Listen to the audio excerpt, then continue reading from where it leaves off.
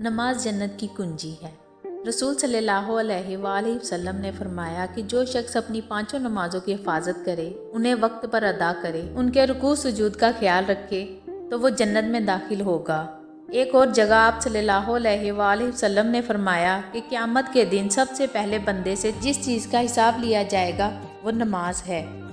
अगर उसकी नमाज दुरुस्त हुई तो वो कामयाब होगा और अगर नमाज ख़राब हुई तो वो नाकाम और खसारे में होगा। एक और हदीस में आप सल्लल्लाहु अलैहि वसल्लम ने फरमाया कि इस्लाम की बुनियाद 5 चीज़ों पर है।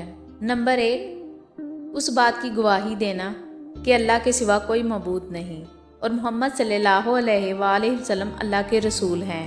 नंबर 2, नमाज कायम करना। नंबर 3, ज़कात देना। नंबर 4, रमज़ान के रोज़े रखना। नंबर 5, हज करना। मज़ीद वीडियोस देखने के लिए हमारे चैनल को सब्सक्राइब करें।